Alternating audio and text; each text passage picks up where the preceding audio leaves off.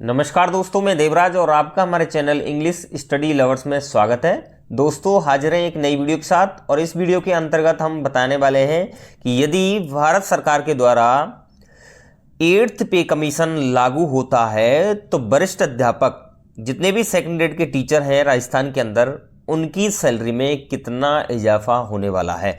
दोस्तों आपने हमारी पिछली वीडियो को नहीं देखा है, थर्ड ग्रेड वाली वीडियो को, तो आप उस वीडियो को चेक कर सकते हैं और देख सकते हैं कि थर्ड ग्रेड सैलरी में कितना इजाफा हुआ था, कितनी वृद्धि हुई थी। तो इस वीडियो के अंतर्गत हम बताने वाले हैं कि सेकंड ग्रेड सैलरी के अंतर्गत कितनी वृद्धि होने वाली है जब भारत सरकार के द्वारा 8वां पे कमीशन आयोग लागू हो जाएगा। तो दोस्तों वीडियो को शुरू करते हैं।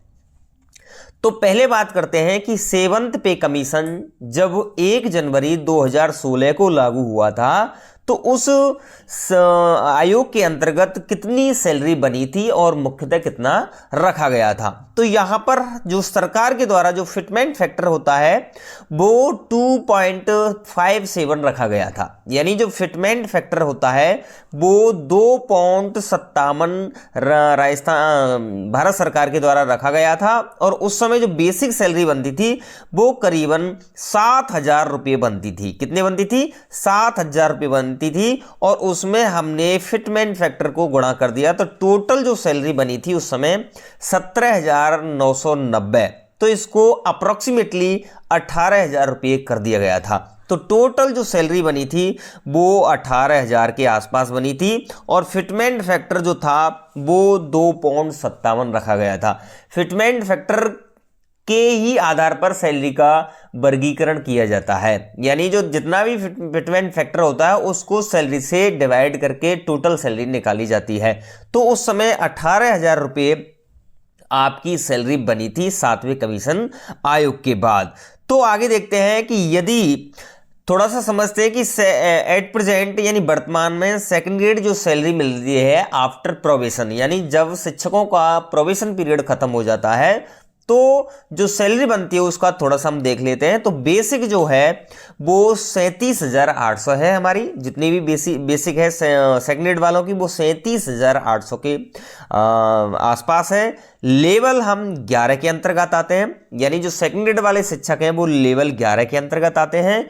और जिनका अब एट प्रेजेंट में जो डीए बन रहा है वो लगभग 53% हो गया है और 53% का जो टोटल सैलरी बनती है वो 20,034 इसका डीए बनता है और एचआरए 10% का 37,800 बनता है। तो टोटल जो सैलरी मिल रही है अब प्रोविजन के बाद वो 61,614 के आसपास बनेगी। तो यहां पर 61,614 सैलरी बनेगी। तो नेक्स्ट देखते हैं कि यदि 8वां पे कमीशन लागू होता है, जो मीडिया रिपोर्ट्स के अनुसार लगभग 1 जनवरी 2026 से लागू होने वाला है और इसमें अनुमानित फिटमेंट फैक्टर जो रखा जाएगा वो 2.86 रखे जाने की संभावना है, ऐसा सरकार और रिपोर्ट्स के अनुसार माना जा रहा है। तो यदि हम 2.86 अनुमानित फिटमेंट फैक्टर मानकर चलते हैं तो उसकी सैलरी कुछ और बनेगी और कम से कम हम फिटमेंट फैक्टर 1.85 मानकर चलते हैं तो उसकी सैलरी कितना बनेगी। यदि यह आयोग लागू हो जाता है तो सेकंड ग्रेड की जो सैलरी है वो 1 जनवरी 2026 के बाद कितनी बननी चाहिए।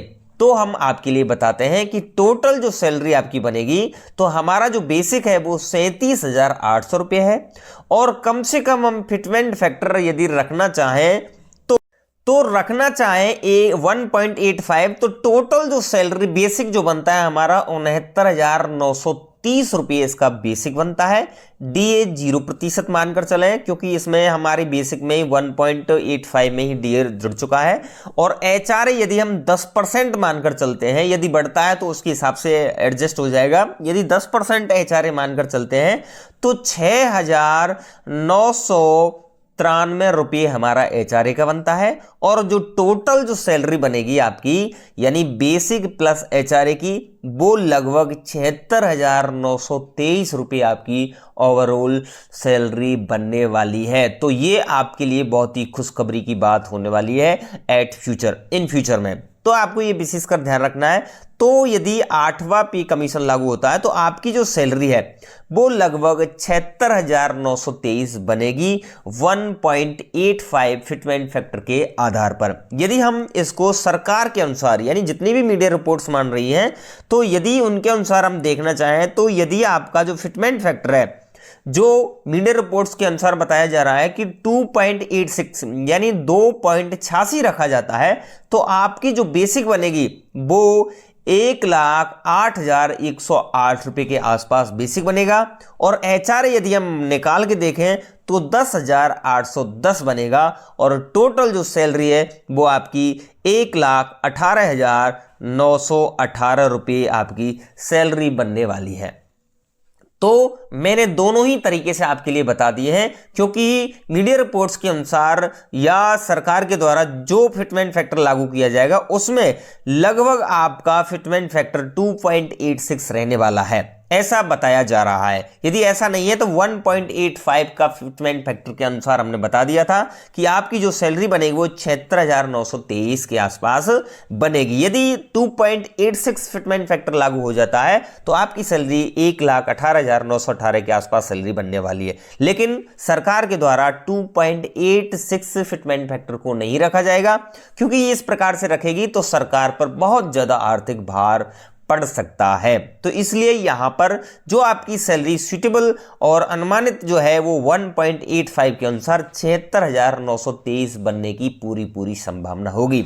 और सरकार के द्वारा इस 8वें पे कमीशन आयोग को लागू करना ही पड़ेगा, हर स्थिति में लागू करना पड़ेगा, अन्यथा जितने भी शिक्षक हैं, जितने भी कर्मचारी हैं, वो सरकार का विरोध करेंगे। तो इसमें मैंने आपके लिए छोटी सी बात बतानी चाहिए कि यदि 8वां पे कमीशन लागू होता है तो सेकंड ग्रेड वालों की सैलरी बहुत ही 76,923 शानदार होने वाली है और आपका जो फ्यूचर है वो बहुत ही स्वर्णिम होने वाला है। इसलिए ये वीडियो आपको अच्छी लगी है तो प्लीज हमारी वीडियो को लाइक शेयर कमेंट जरूर करें।